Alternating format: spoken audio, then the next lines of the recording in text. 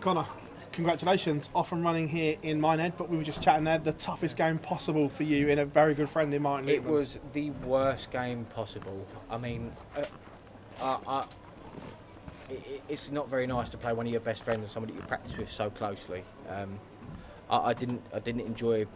I'm happy that I won, don't get me wrong, but it's very different from being happy that you won and enjoying winning. I didn't enjoy that win because me and Martin are so close.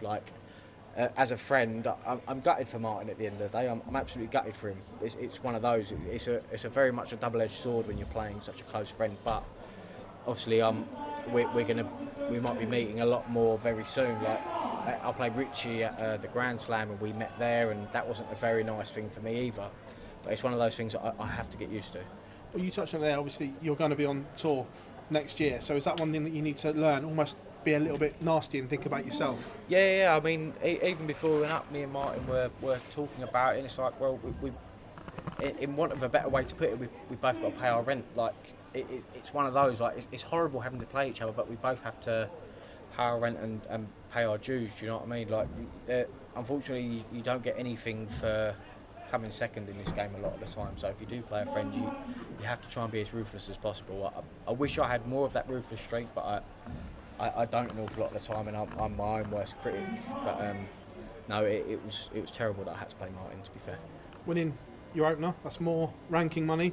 That your smirk says it all. That you're edging ever so close now to that top 64, and on merit, and not having to worry about the Challenge Tour. So close yet so far. To be fair, I'm not thinking about that too much. To be honest, I'm normally one of those people that analyse everything, but I didn't think about that at all today, to be fair. I just tried to do all my practice properly, got here as early as I could, and just try and get everything right before I played a close friend. I made sure my darts was right before my head was right, if that makes sense. So as long as my darts are okay, then I can, because your head changes during a game anyway, so if I can get my head straight, then it's one of those. Connor, congratulations. Thank you very much, Mr. Bars.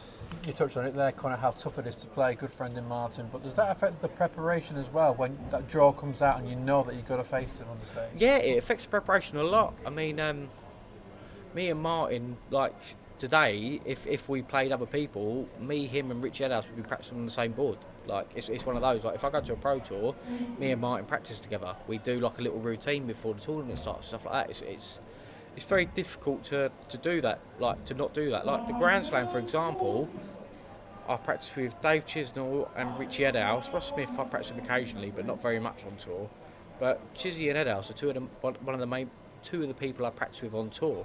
So it's one of those, okay, right, so I can't practice with them before I play because it's a very strange feeling.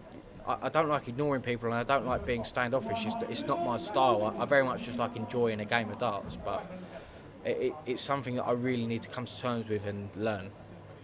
Is there anything that you will do differently to try and come to terms then, like Phil said, get that nasty streak when you're on tour next year? When I played Martin then, I think I was averaging over a ton for an awful lot of the match, if I'm honest.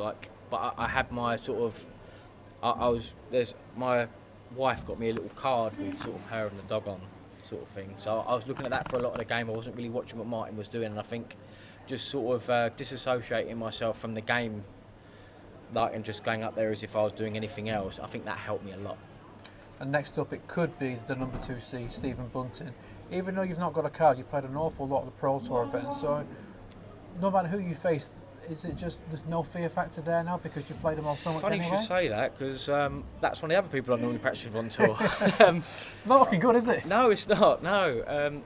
I mean, me and Steve are quite close as well, so that would be a terrible draw. But it's one of those, I think I'm learning an awful lot of harsh lessons very soon, which is good because my card doesn't really start until next year. So it's good to learn those lessons now. Just need to fall out with everybody and you'll be fine. I haven't got the capabilities for that. I'm a very little man with not an awful lot to say. Cheers, Connor. Thanks very much. Thank you very much.